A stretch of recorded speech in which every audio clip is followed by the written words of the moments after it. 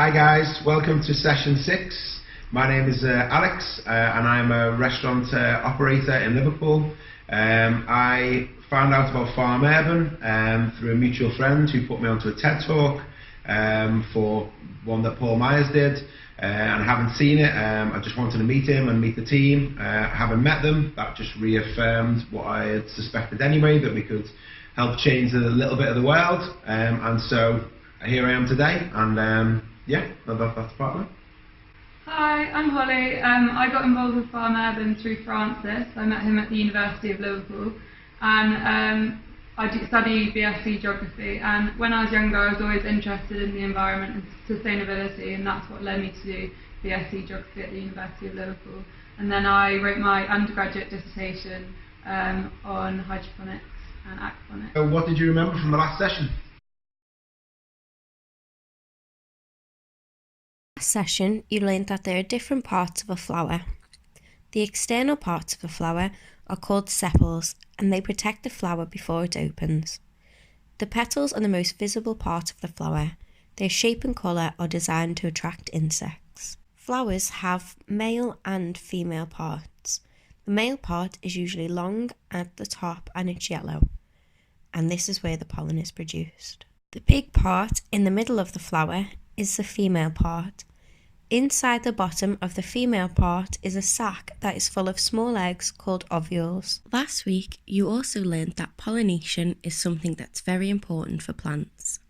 Pollination is the process of transferring pollen from the male part of the plant to the female part of the plant. Plants do this to fertilise the plant and create a seed. When the pollen is in contact with the ovule, it will produce a seed. In conventional agriculture, pollination happens with the help of the wind or pollinator insects. Most vegetables that grow in systems like your tower, for example leafy greens, don't need to be pollinated. However, plants like tomatoes do need to be pollinated.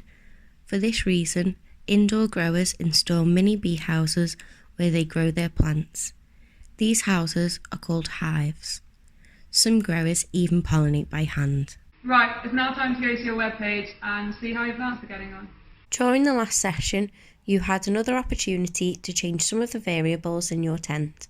So now go on your webpage and see how your plants have grown. Now you correctly understand the importance of these variables because of all the hard work you've completed in your Hydro Hero sessions. Good job. Now you're a junior expert in hydroponics. This session we're going to talk about the last stage of the plant's growth. It's the production of fruit from the plant. In this session, you're going to learn about fruit. Do you have any ideas about how fruit is formed in the plants? The process of fruit formation starts with the flower. The pollen and the ovule together will create a seed. The ovules in the flower are kept in a sac all together, and that part of the flower is called the ovary. For some plants, like the apple tree or tomato plant, after pollination, the ovary will start to grow to give protection to the seed. It's this reason why you have an apple with the seeds safely kept in the middle. Exactly the same happens with the tomatoes. At the beginning, the flower starts to grow and finishes to bloom. The pollinator insects help to pollinate the flower. The pollen and the ovule will create a seed together. The ovary keeps the seeds safe, and the very young seeds will start to grow. At that point, the petals and the male part die, and only the sepals and the ovary remain. The ovary keeps growing and gradually starts to look more like a tomato. Thanks to the sun, the little green tomato changes its colour to red and becomes a fully developed tomato. In conventional agriculture, you can produce fruit in an orchard with apple trees, pear trees. Fruit can also come from smaller trees called bushes like raspberries or red currants. In indoor farming, like your tower, it's usually leafy greens that are grown. Actually, it's impossible to grow trees or bushes in systems like your tower. But it's possible to grow some smaller plants that produce fruit, like the strawberry plant or tomato plant. So Alex, why is this topic important to you? Well, the fruit growth and the food production side of it is really important to me because every year me and my little girl, we go walking up a lane next to my house, and she picks the blackberries off the plants, which connects her to the food. So like normally she'd be a bit reluctant to eat them, but we then pick all the blackberries, and then we go home and she'll make a jam, and then she kind of has that ownership with the fruit, and yeah, so then she likes to eat the fruit because of all that. So the plant of the week is the strawberry plant.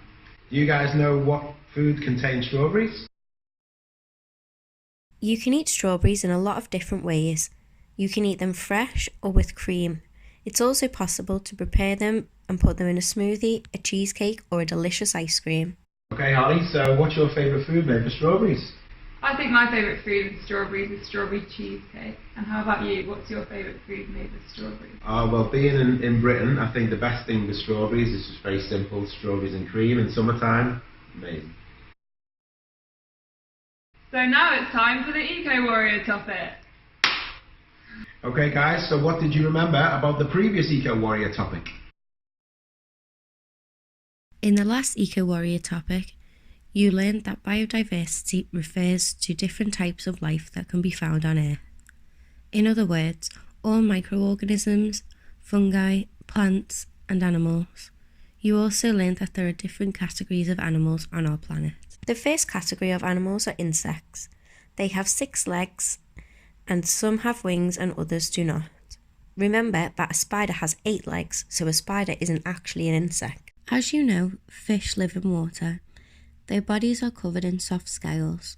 Salmon, sharks and rays are all fish. Amphibians can live in the water or on earth.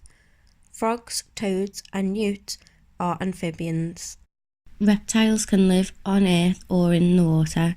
Like fish, they have scales, but their scales are hard. Birds have their bodies covered with feathers. They have 2 legs and 2 wings that allow them to fly. Some birds, like ostriches or penguins, can't fly, even though they have wings. Mammals can live on land, water, and some can fly, like bats. They aren't born from eggs, like all the other animals, but from their mother's womb. Most of them have hairs. So now it's time for your Ecowarrior presentation. Now it's time to present the information that you found about your endangered plant or animal. Let's go! Okay, well done on your Ecowarrior presentation, guys. This week's Ecowarrior topic is on food production and food waste. The Ecowarrior topic of this week is about fruit. But do you know where in the world fruit comes from? Now, follow your teacher's instructions to find out where fruit comes from. Apples are produced all around the world, like in the United States, Poland, or even China. The United Kingdom is also a country that produces apples. Avocados are produced in hot countries like Mexico, Peru, or Indonesia. Bananas come from warm countries like Brazil, Angola in Africa, or India.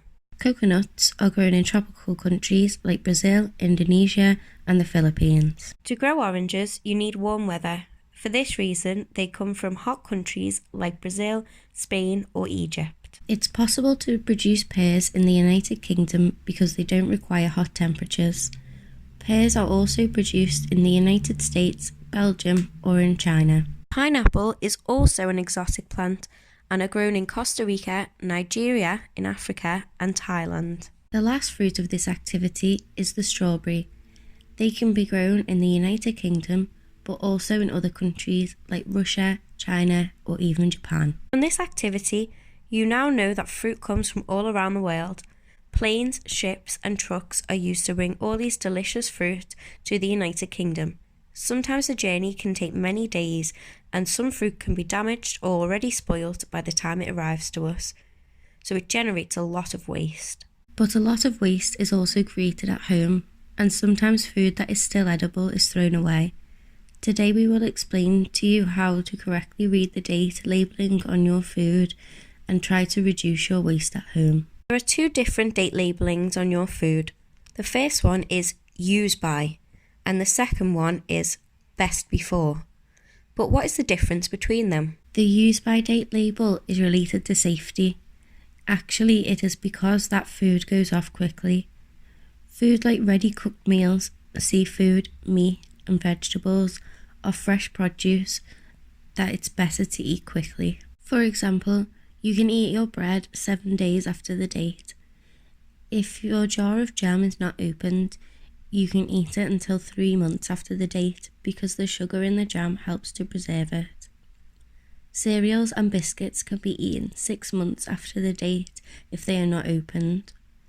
Maybe they will just lose a bit of their crunch. Tinned food can be eaten 3 months after the date because the way the food is being prepared and packaged in the tins helps to preserve it. The best before label is related to quality. That food is safe to eat after the date. It might not just taste as good as it did before the best before date. Biscuits, tinned food, frozen food or pasta are products safe to eat after the date labelling. Here are some last tips for you to help avoid food waste. Freezing your fresh food like vegetables, meat or fish will help you to keep them safe for a long time because the freezer acts like a pause button. Do you know that honey can't be spoiled? It may become more solid than runny, but you can still eat it. It's absolutely safe. Okay, Holly, so why is the subject of food waste important to you? So I've worked in events before and I've noticed that there's huge amounts of food waste, and I think it's important to try and reduce this as best we can. Have you noticed the same thing in your restaurant? Yeah, well, just the restaurant sector on the whole has a huge amount of food waste, and it's definitely something that we need to tackle going forward. Okay guys, your next Ecowarrior mission is to go home and get the fridge open. And find out the expiry date and where in the world that food has come from. And you can become an Ecowarrior! Well done on all your hard work over all the sessions, guys. Now go help your friends become Ecowarriors too. Bye guys!